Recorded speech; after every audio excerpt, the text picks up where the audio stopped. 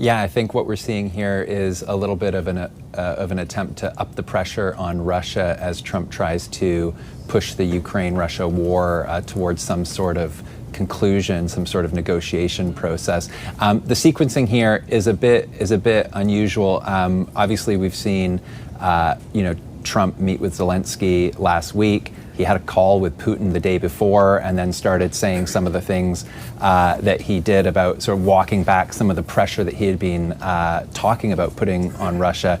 The decision about long-range missiles actually dates back even beyond that. So it's not like the summit fell apart like we've seen in the last couple of days with the White House and others kind of splashing a bit of cold water on the idea of Trump meeting Putin again.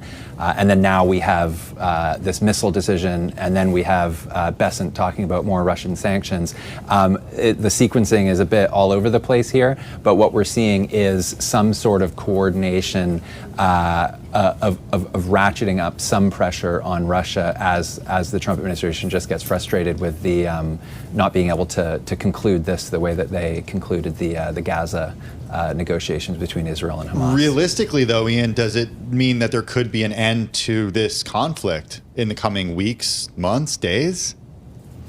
I think what we've seen from the very beginning, where Trump promised to kind of end the Russia-Ukraine war, on his first day in office, it's much more complicated. I think there's been a lot of frustration in recent days that Russia has not moved from some of its maximalist positions that it's had throughout the war.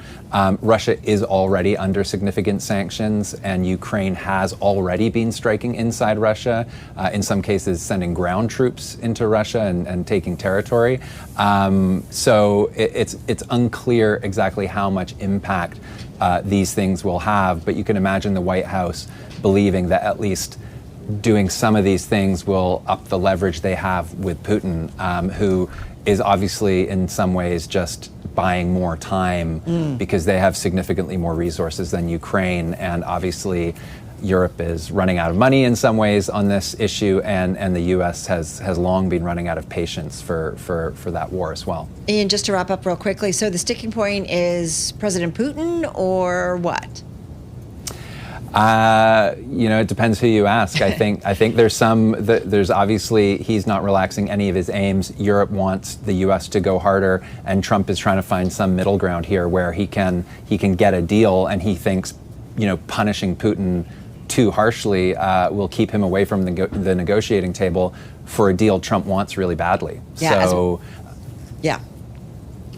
Forgive me, I interrupted you. Go ahead, finish your sentence. No, that's basically it. Trump wants the deal, and he thinks that going too hard against Putin, either with really punitive sanctions, really intense U.S. weapons sales like the Tomahawks we saw Zelensky not get last week. So there's caution in the air.